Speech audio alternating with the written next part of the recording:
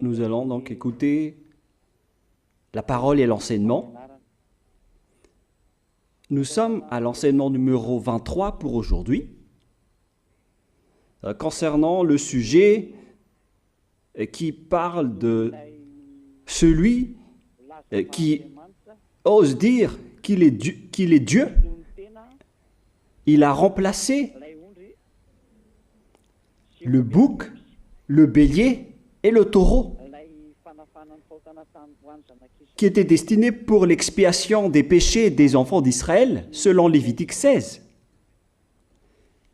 Dans Lévitique 16, nous voyons donc les béliers, les boucs et les taureaux pour l'expiation des péchés des enfants d'Israël, une fois chaque année.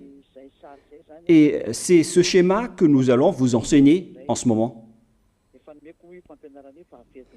En fait, j'ai déjà donné cet enseignement, mais je le rappelle aujourd'hui. Cette situation contredit directement la parole du Père Yahva, le Dieu d'Abraham, selon Deutéronome 4.2. Ne rajoutez rien et ne retranchez rien aux paroles. C'est dans Deutéronome 4.2 et aussi dans Deutéronome chapitre 13, à partir du verset 1, ou Deutéronome 12, 32. Nous allons donc lire maintenant Deutéronome 12, 32, car nous avons déjà vu autrefois le Deutéronome 4.2. Donc dans Deutéronome 12, 32, vous observerez et vous mettrez en pratique toutes les choses que je vous ordonne. Vous n'y ajouterez rien et vous n'en retrancherez rien. Voilà donc dans le Deutéronome 12, 32. Et dans Deutéronome 4.2, je vais répéter, Deutéronome 4.2, vous n'ajouterez rien à ce que je vous prescris et vous n'en retrancherez rien, mais vous observerez les commandements de Yahva, votre Dieu, tels que je vous les prescris. Cette parole précise bien alors que il ne faut pas rajouter ni retrancher les paroles que je vous ai données. De quelles paroles parle-t-on? Nous allons lire Lévitique chapitre 16 pour voir quelles sont les lois d'expiation des péchés pour les enfants d'Israël. Les voilà. C'est dans Lévitique chapitre 16, verset 3 d'abord, pour commencer. Voilà donc ce qu'on ne doit pas changer, alors que nous avons tous su, nous avons tous vu qu'ils les ont remplacés par Jésus ou Jesus. Ce n'est pas une diffamation, nous le voyons tous.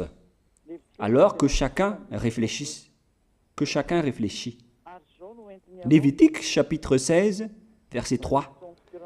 Voici de quelle manière Aaron entrera dans le sanctuaire. Il prendra un jeune taureau pour le sacrifice d'expiation et un bélier pour l'holocauste. Voilà, nous le voyons tous clairement, cette parole.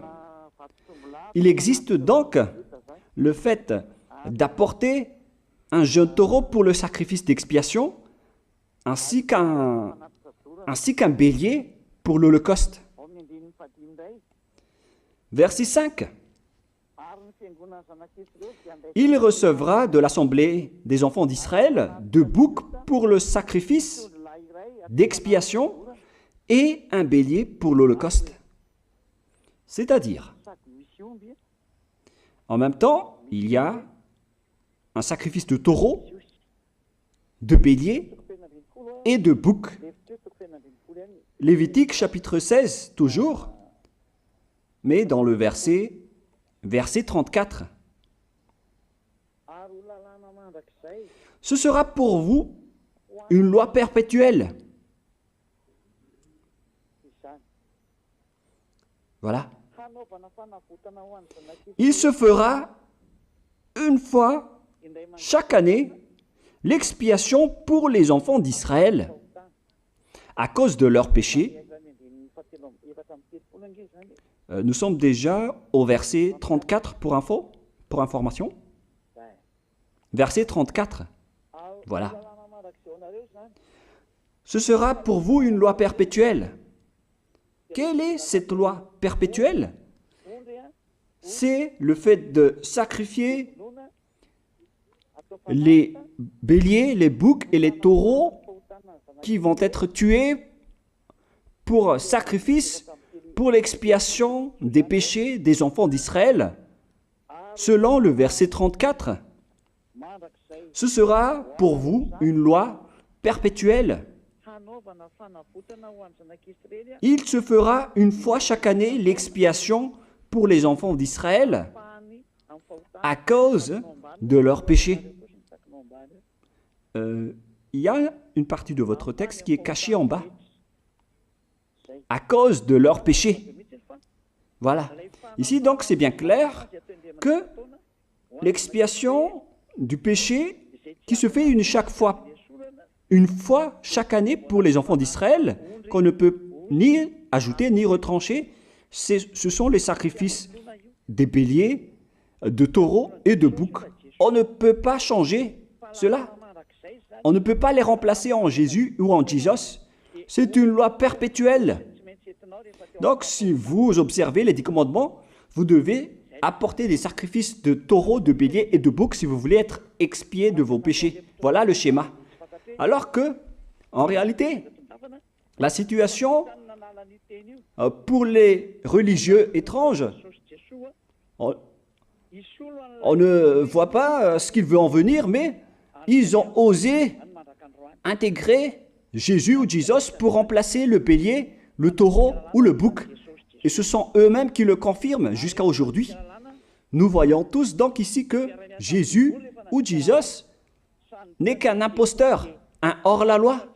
Et les hors-la-loi sont des envoyés du diable. Le diable, il a commis le péché depuis le commencement. Ce sont des transgresseurs de la loi. Donc c'est prouvé ici que Jésus est un hors-la-loi. Nous allons lire la parole, poursuivre, dans 1 Jean, chapitre 3. 1 Jean, chapitre 3, à partir du verset 4. Quiconque pêche transgresse la loi, et le péché est la transgression de la loi.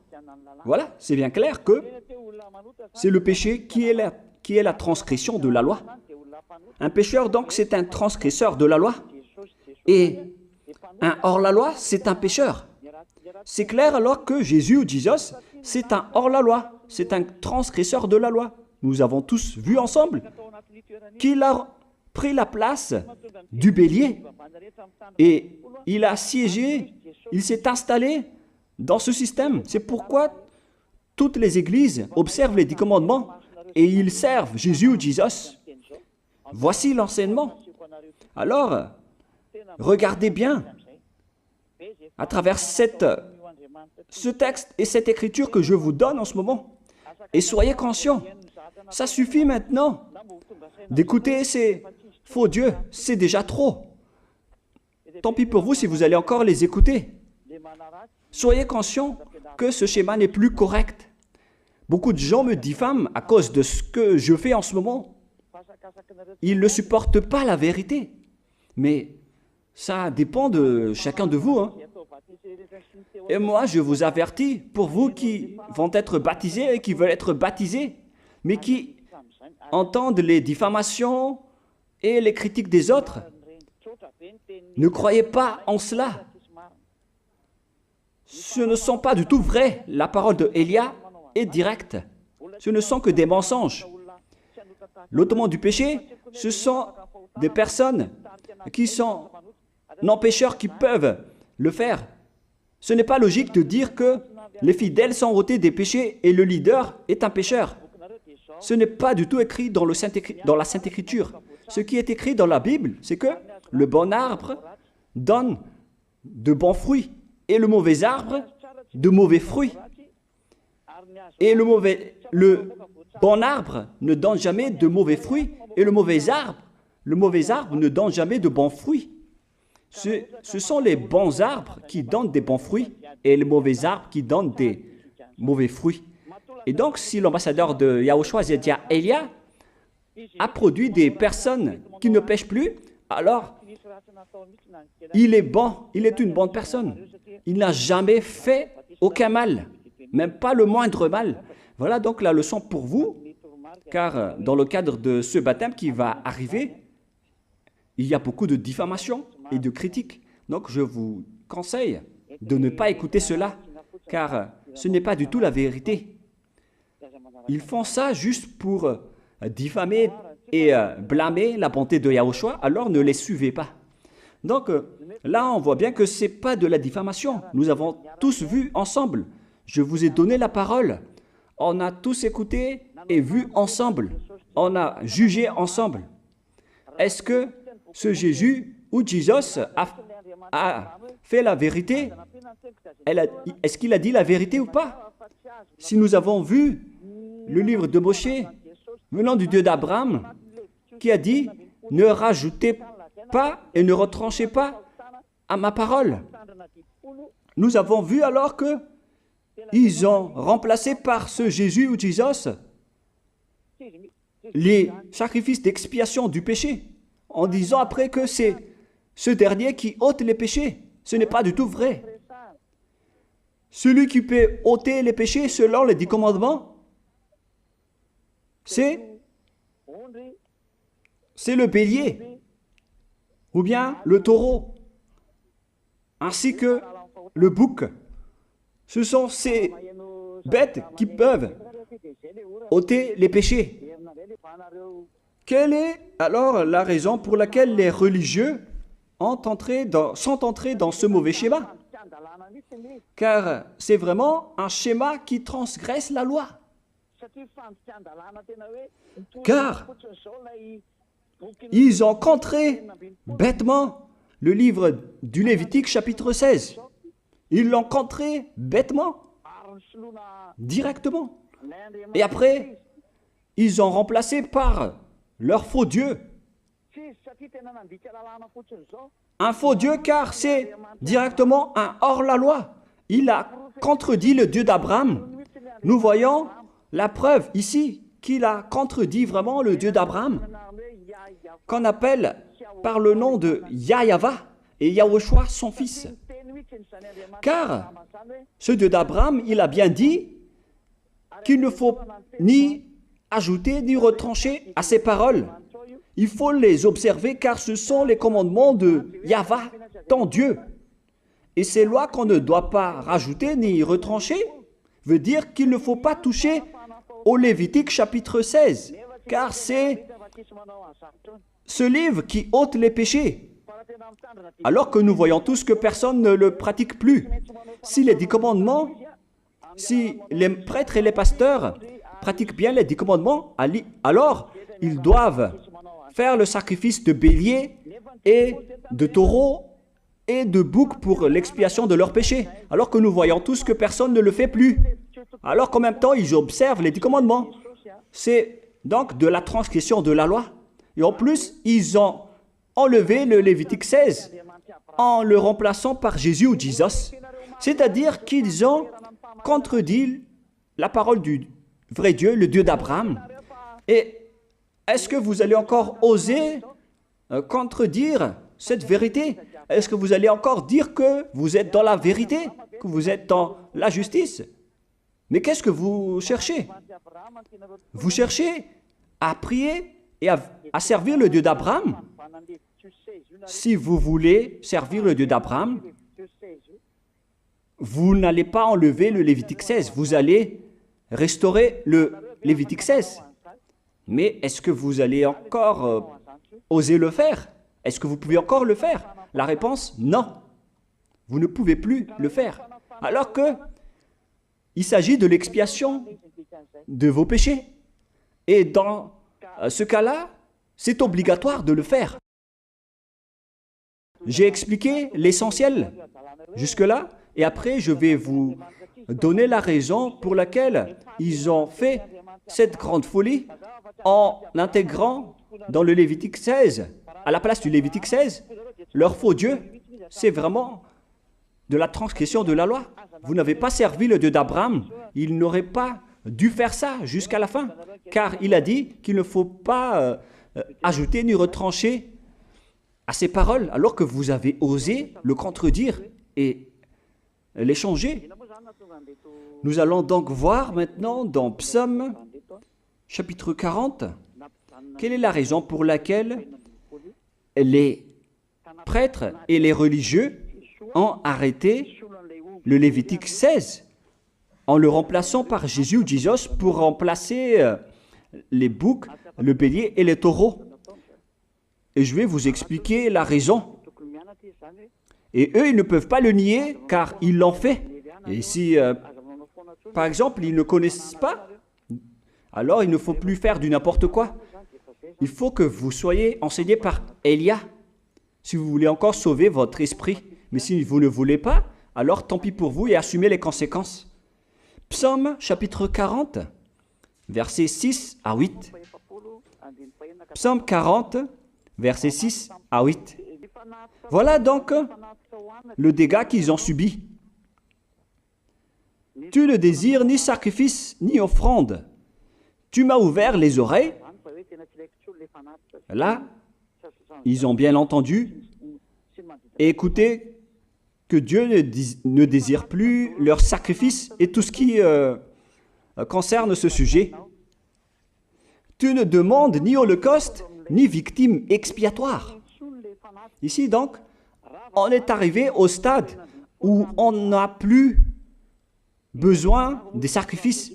D'après ce schéma, alors, le Lévitique 16 a été supprimé. Et logiquement, puisque c'est une alliance qui a été détruite, alors on ne peut plus y entrer, car on ne peut pas ajouter ni retrancher aux paroles. Et donc, si on ne peut pas y entrer d'après la parole qui dit qu'on ne peut pas rajouter ni retrancher, si le Dieu d'Abraham a interdit le sacerdoce, alors logiquement, vous ne devez plus y entrer. Sinon, vous allez vous autoproclamer en tant que pécheur à jamais, alors que les pécheurs et les malfaiteurs n'iront jamais au ciel des cieux. C'est clair alors que c'est devenu un sens interdit, les 10 commandements et les lois de Moïse d'après ce schéma, car c'est la relation avec le Père Yahva qui a été détruite, qui a été supprimée, car il n'y a plus d'expiation de péché pour vous. Alors vous êtes fous si vous allez encore entrer dans ce schéma. C'est pourquoi on a besoin d'une nouvelle alliance, car l'alliance des 10 commandements et les lois de Moïse ne sont plus correctes. C'est devenu supprimé, car on ne peut plus faire le sacerdoce, mais les religieux ainsi que les faux dieux, ils ne se sont pas... ils ont facilité les choses en intégrant leur faux dieu à la place du bélier, du bouc et du taureau. Et voilà, c'est bien clair. Et d'après eux-mêmes, ils ont dit que l'intégration de Jésus ou de Jesus, c'est d'après ce livre des psaumes. Vous voyez que ici, je n'ai pas dit du n'importe quoi, c'est la vérité que j'ai dit. Je n'ai pas incriminé qui que ce soit. C'est vraiment la réalité, la vérité. Alors, ici, on prouve bien que ça a été supprimé, ce n'est plus autorisé. Et c'est encore confirmé dans Ésaïe 66.3 que celui qui fait des sacrifices, c'est comme celui qui fait de l'idolâtrie. Celui qui immole un bœuf est comme celui qui tuerait un homme. Celui qui sacrifie un agneau est comme celui qui romperait la nuque à un chien. C'est vraiment toute une histoire si vous allez faire cela. Celui qui présente une offrande est comme celui qui répandrait le sang d'un porc. Alors qu'à l'époque des 10 commandements, c'était carrément interdit. Celui qui brûle de l'encens est comme celui qui adorait des idoles. Ici donc, toutes les sortes de sacrifices ont été bloqués. C'est devenu interdit. C'est pourquoi le faux Dieu est entré dans Lévitique chapitre 16. Alors qu'ils n'ont pas du tout vu de leurs yeux qu'on ne peut pas ajouter ni retrancher aux paroles. Ils n'ont jamais vu et connu ces paroles. Il a fallu attendre l'arrivée de Élia pour vous montrer toute la vérité, pour vous montrer toutes les vraies paroles.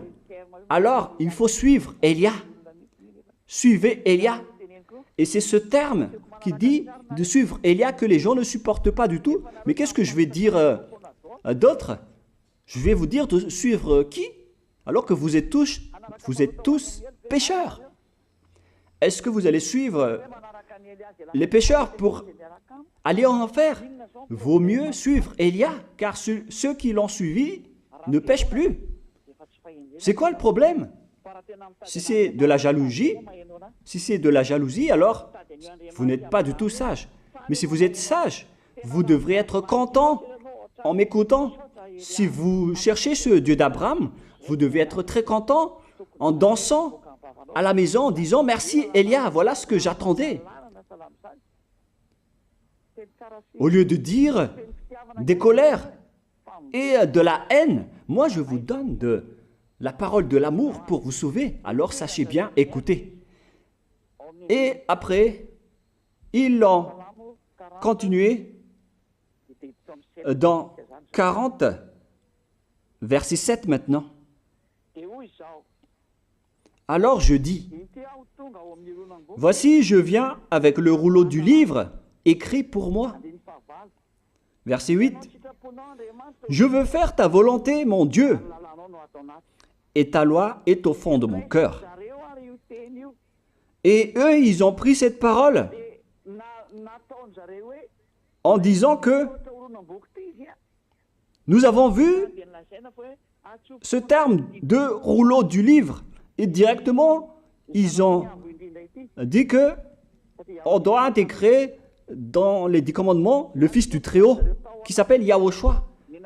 Ils l'ont intégré dans les 10 commandements. Pour vous qui sont dans le mauvais sens, vous l'appelez Jésus. Vous avez intégré dans les 10 commandements votre Jésus, mais Yahushua n'entrera jamais là-dedans car c'est vraiment interdit, c'est un tabou.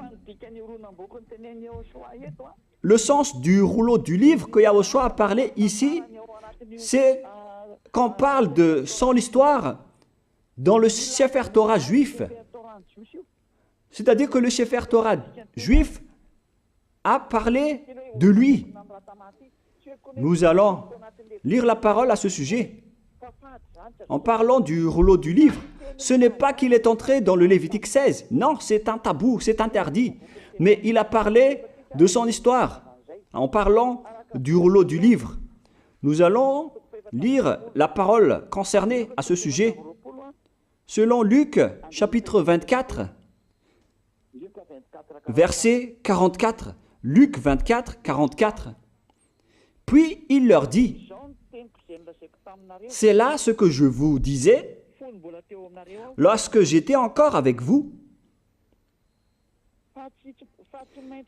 qu'il fallait que s'accomplisse tout ce qui est écrit de moi dans la loi de Moïse, dans les prophètes et dans les psaumes. » Toutes les paroles qui parlent de lui dans la loi de Moïse, dans les prophètes et dans les psaumes. C'est ça qu'on parle ici. Mais il n'a jamais dit qu'il va remplacer le Lévitique 16. Au contraire, c'est un tabou, c'est un blasphème devant le Père Yahva, qui a déjà dit qu'il ne faut jamais ajouter ni retrancher ses paroles. Donc, les paroles qui parlent de lui, ce sont les paroles de la nouvelle alliance qu'il va instaurer, qu'il va exécuter. La raison pour laquelle il sera crucifié, c'est qu'il va instaurer la nouvelle alliance en versant son sang. Voilà de 1. Maintenant, nous allons lire le livre de Jean 5,46. Jean 5, 46.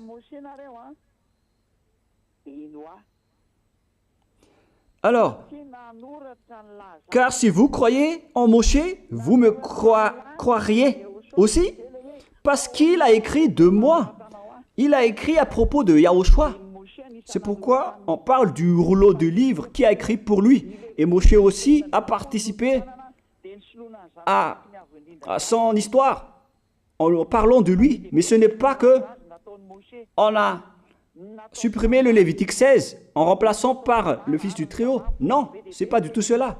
Il y a beaucoup de paroles qui a parlé de lui depuis les lois de Moshe, depuis les prophètes et depuis les psaumes. C'est pour ça qu'on parle du rouleau du livre qui a écrit à propos de lui. Mais ce n'est pas que vous allez supprimer le Lévitique 16 en le remplaçant par le Fils du Très-Haut. C'est vraiment une abomination de votre part. Je vous ai donné maintenant l'explication. Il ne faut pas rajouter ni retrancher aux lois de Moshe. C'est une alliance en bonne forme qu'on ne peut pas toucher ni enlever. C'est dans Galates 3,15. Galates 3,15. Une disposition en bonne forme ne doit pas être changée ou transformée. Les lois de Moshe, c'est une alliance en bonne forme qu'on a versé le sang de Zébu en plus. Donc on ne peut ni retrancher ni rajouter. Le pire alors, c'est que vous qui êtes les fidèles de Jésus, vous l'avez intégré dans les lois de Moshe en remplaçant le Lévitique 16. On parle de votre Jésus ou Jesus. Je vous pose la question, est-ce que vous oserez dire que vous n'êtes pas pécheur à ce sujet? Car c'est vraiment de la transgression de la loi de la part de votre faux Dieu. Donc s'il est pécheur, alors logiquement vous êtes aussi pécheur. Et vous-même, vous avez dit que vous êtes pécheur. Voilà ce que vous avez fait. Et vous n'allez jamais être épargné. C'est pourquoi je vous appelle tous maintenant. Soyez baptisés et sauvez votre chemin, c'est-à-dire votre esprit. Sauvez votre esprit car il ira en enfer si vous ne le sauvez pas. Pour vous qui serez baptisés bientôt, l'explication est claire. Alors prenez une décision maintenant. N'écoutez jamais les diffamations qui sont faites par les diables. Ce sont eux qui vous empêchent d'aller vers la vérité. Ne soyez plus des poubelles dans votre conscience. N'acceptez plus cela. Il faut écouter l'envoyé du ciel des cieux, c'est-à-dire moi. Voilà l'explication. Vous avez fait du n'importe quoi avec votre faux Dieu. C'est votre faux Dieu qui a péché au commencement. Et logiquement, donc, vous avez tous aussi transgressé la loi avec lui. Et maintenant, vous êtes tous dans le péché. Et vous vous abritez dans la parole qui dit Dieu n'est pas venu pour appeler les justes, mais les pécheurs, pour se repentir. Le problème, c'est que c'est votre Dieu qui est vraiment un pécheur. Voilà le schéma qui prouve qu'il est pécheur. Donc, je vous souhaite à tous d'être bénis par Yahushua. Prions ensemble. Merci infiniment, Père Yahva, pour cette parole. Une parole qui conscientise les gens pour se retourner vers toi et pour faire rester fermes tous les enfants du Très-Haut, les personnes que tu as déjà choisies, pour qu'ils restent bien fermes dans le service, et pour ceux qui sont encore à l'extérieur, qu'ils courent vers Elia, car Elia et toi, Yahushua, vous êtes uniques. Merci infiniment, Père Yahva. Merci infiniment, Yahushua. Sauve les gens pour qu'ils soient intégrés au ciel des cieux, pour que les gens écoutent la parole, Père Yahva, Yahushua, toutes les paroles que j'ai montrées. Confirme toutes mes paroles, Yahushua et Père Yahva, pour la gloire de vos noms si saints. Merci pour ta bonté et pour ta grâce. Au nom de toi, Yahushua, je fais toutes ces prières. Alléluia, Amen. Donc, je vous souhaite à tous d'être bénis par Yahushua et à demain. Au revoir.